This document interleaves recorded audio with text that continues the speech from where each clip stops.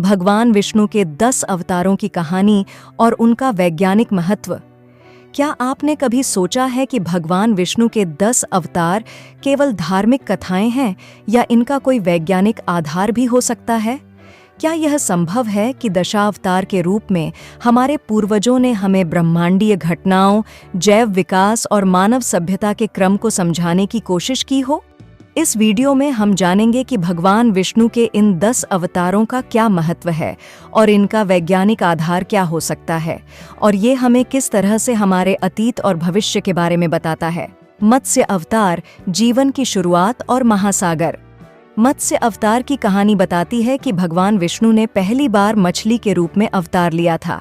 यह अवतार तब हुआ था जब ब्रह्मांडीय प्रलय से पृथ्वी जलमग्न हो गई थी। क्या यह कहानी हमें पृथ्वी पर जीवन की उत्पत्ति के बारे में कुछ संकेत देती है?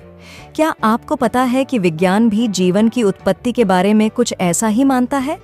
विज्ञान हमें बताता है कि सबसे पहला जीवन समुद्र में पैदा हुआ था और मछली जैसी जीवों के रूप में पहला विकास हुआ।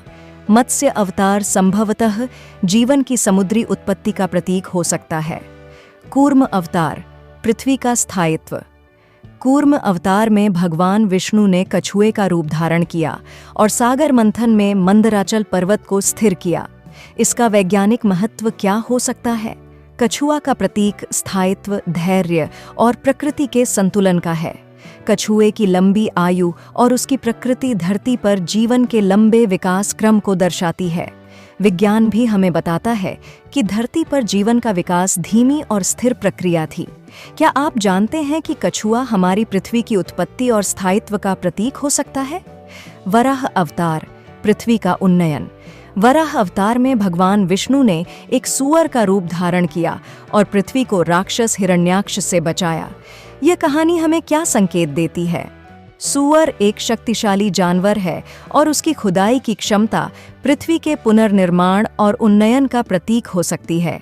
इसके साथ ही यह अवतार पृथ्वी के भूगर्भीय परिवर्तन और उथल-पुथल का संकेत दे सकता है। क्या वराह अवतार भूवैज्ञानिक रूप से हमारे ग्रह के विकास की कहानी कहता है? नृसिंह अवतार, प्रकृति और जीव विज्ञान का संतुलन। नृसिंह अवतार में भगवान विष्णु ने आधे सिंह और आधे मनुष्य का रूप धारण कर हिरण्यकश्यपु का वध किया। इसका वैज्ञानिक और प्रतीकात्मक अर्थ क्या हो सकता है?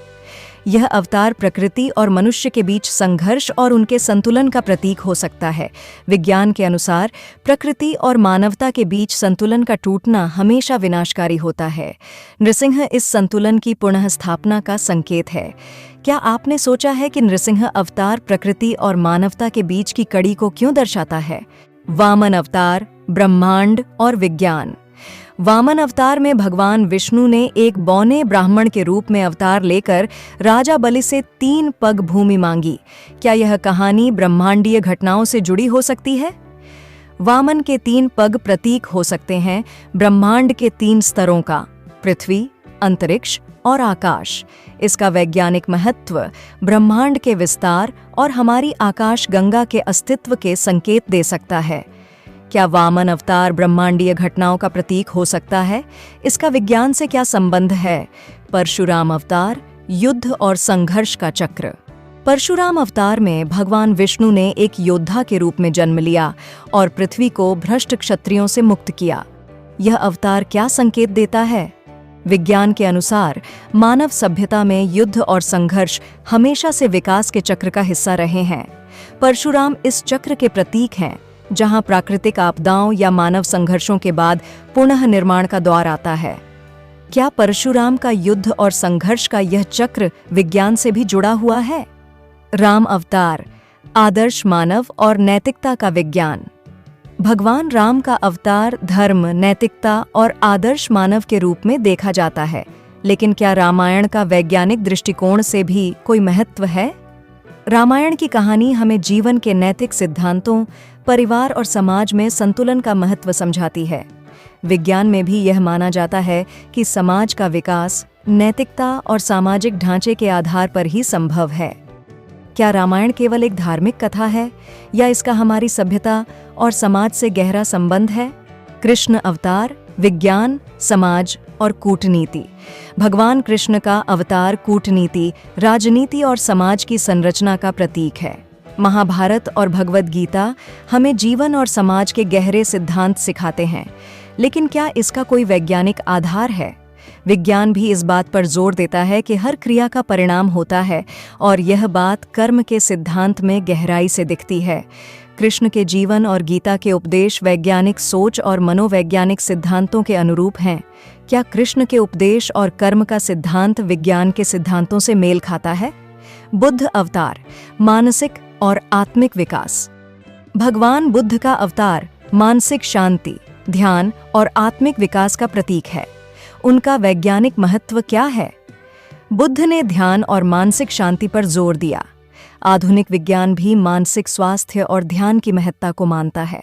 ध्यान के माध्यम से मस्तिष्क के विकास और मानसिक शांति का वैज्ञानिक आधार भी अब साबित हो चुका है। क्या ध्यान और मानसिक शांति का विज्ञान से संबंध है? कल की अवतार, भविष्य और विनाश का विज्ञान। कल की अवतार वह अंतिम अवतार है जो भविष्य में होगा, और यह अधर्म का नाश करके सत्य और धर्म की पुनः स्थापना करेगा। क्या यह भविष्य के किसी विनाशकारी घटना का प्रतीक हो सकता है?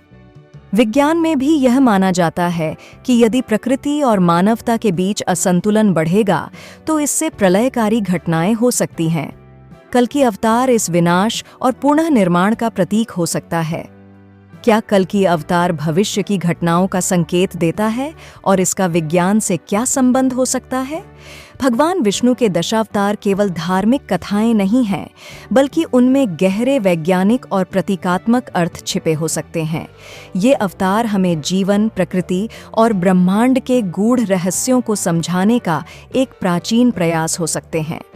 तो क्या ये अवतार महज काल्पनिक हैं, या विज्ञान के कुछ मूल सिद्धांतों की तरफ इशारा करते हैं? आपका क्या मानना है? क्या ये कहानियां केवल धर्म के प्रतीक हैं, या इनमें छिपी हैं विज्ञान की अनकही कहानियां? धन्यवाद। कृपया इस वीडियो को लाइक करें, शेयर करें और हमारे चैनल को सब्सक्राइब करें।